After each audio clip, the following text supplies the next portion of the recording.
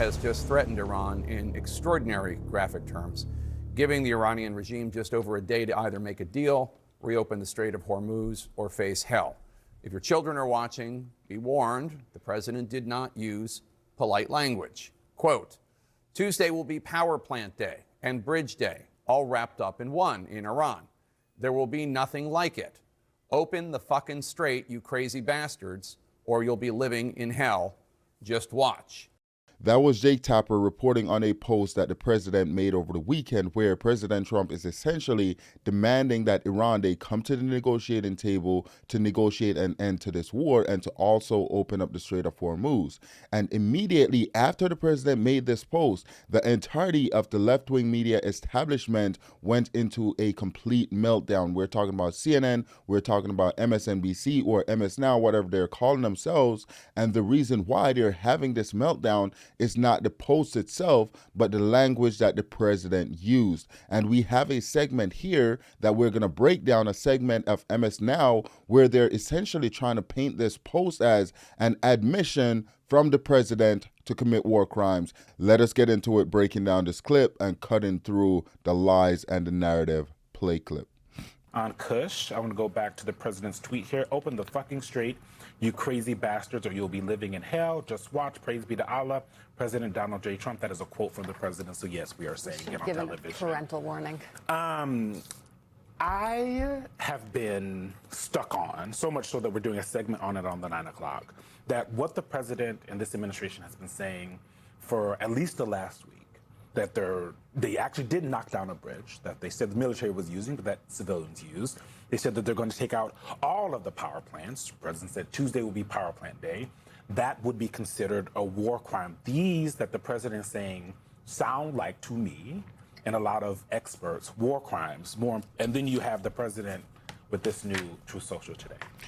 I don't know what expert he's talking to or talking about, but if the U.S. military is targeting infrastructures that are being used by civilians, that doesn't mean the U.S. military or the president is committing war crimes. Because the thing is, if there's an infrastructure that's being used for dual purposes, basically means that it's being used by the military and it's being used by civilians. Those are legitimate military targets. And I know that because I served 10 years in the military and we went through extensive training just to understand the law of war, what we could do and could not do legally. And here throughout this clip, this is something that you're going to see. They're just going to try to paint the picture that the president is actively committing war crimes or trying to commit war crimes. Let us play the clip.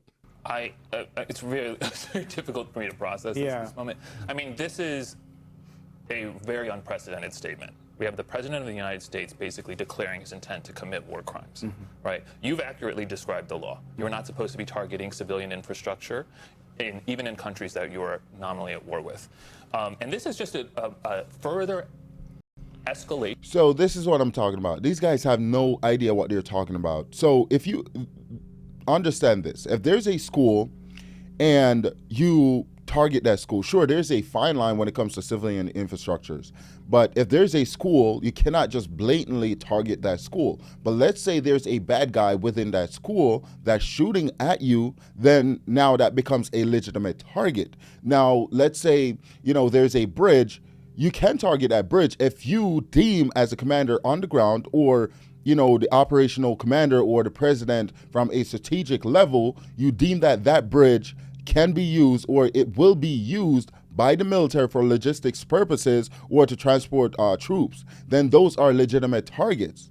So these guys have no idea what they're talking about. And quite frankly, I think this is just Trump derangement syndrome. Of the Trump administration sort of lack of interest in domestic and international law, right? It started with the boat strikes off the in the international waters off the central, right? Then we got the deposing of the Venezuelan president. We had the war in Iran, and now this, which is disgraceful, absolutely disgraceful, coming from our U.S. president. And the language is disgraceful. The claims are disgraceful. This is I mean, this is a historically terrible communication. This is the sort of thing, I hate to say it, that you would expect to be introduced in a war crimes tribunal. I'd rather my president communicate to me this way, because this is one of the reasons why a lot of people voted for President Trump, because he says it how it is. He's not going to try to be diplomatic. He's not going to try to sugarcoat it or anything. He's just going to give it to you how it is 100%. And a lot of people like that bluntness, because when Joe Biden was in office, he didn't communicate it to the American people, but MS Now did not criticize them for it, did not say anything about it. But President Trump, as soon as he makes a tweet or says anything, MS Now, they have to be against it. Yeah. Actually, I just want to weigh in quickly because David Rode, who was just on with us, sent one of our producers his reaction to this tweet, and it's very insightful. This will offend Iran's hardline jihadist leaders. It doesn't frighten them. Bullying religious extremists who want to become martyrs doesn't work. He says he's witnessed this in Afghanistan and Iraq. Just to clarify, we also want to clarify. So let me clarify. So let me get this straight. The issue here is that the president's post will incite jihadists in Iran. So you're telling me that the president should not make a post because we're worried about jihadists in Iran? It doesn't make sense. What are they arguing here? It just doesn't make sense. 1 p.m. The press conference will be tomorrow with military leaders in the Oval Office. With the president. Laura, I know we're supposed to be talking about who the next attorney general is going to be, but this right here from the president of the United States, were it anyone else, we would be talking about the 25th Amendment. People in Congress would be raising hell. And why do I get the feeling that neither one of those things is going to happen? I know this is just... Yeah, nothing's going to happen because at the end of the day, the president did nothing wrong. The president is negotiating, and this is how the president communicates, and this is how he negotiates. And you guys want the administration to invoke the 25th Amendment when Joe Biden could not make a speech. He could not walk up a flight of stairs. He was up in the morning around 10 o'clock and be in bed by 4 p.m. And you guys did not call for Democrats to invoke the 25th Amendment. So this right here is complete hypocrisy. Play clip. Breaking, so you haven't even had a chance to work your sources here. But when the president does stuff like this, incendiary things like this, is there any behind-the-scenes panic from his staff that what he's doing is really undermining his presidency, but also America's standing in the world? Any kind of panic? And safety. There is... And this is a good point that host brought up. And what he's saying is that, is there anyone behind the scenes controlling President Trump? And this is the thing. We do not need a president that is being controlled like President Joe Biden. We need a president that can make decisions, regardless if you agree with it or disagree with it. That is why the people elected President Donald Trump and not the bureaucracy or the people around him. They elected the president to lead and to make decisions. That is his job, not the people around him. The people around him supposed to advise him, for sure, and execute his intent, not to control him like how they controlled President Joe Biden. That is not what we want. And he mentioned how we're being perceived on the global stage. And quite frankly, I think everyone right now is fearing the United States, because under Joe Biden, under Barack Obama, no one feared us. No one respected us. And now, because President Trump is so unpredictable and he's a man of his words, and if he says he's going to do something, he's going to do it. He's going to carry out on that. Not like Obama, who drew red lines and didn't do anything. Not like Joe Biden, who 13 of her service members died in Afghanistan and nothing came of it. We're not dealing with the same president. We're dealing with a president that demands respect for the American people and the country as a whole. Let us continue to watch.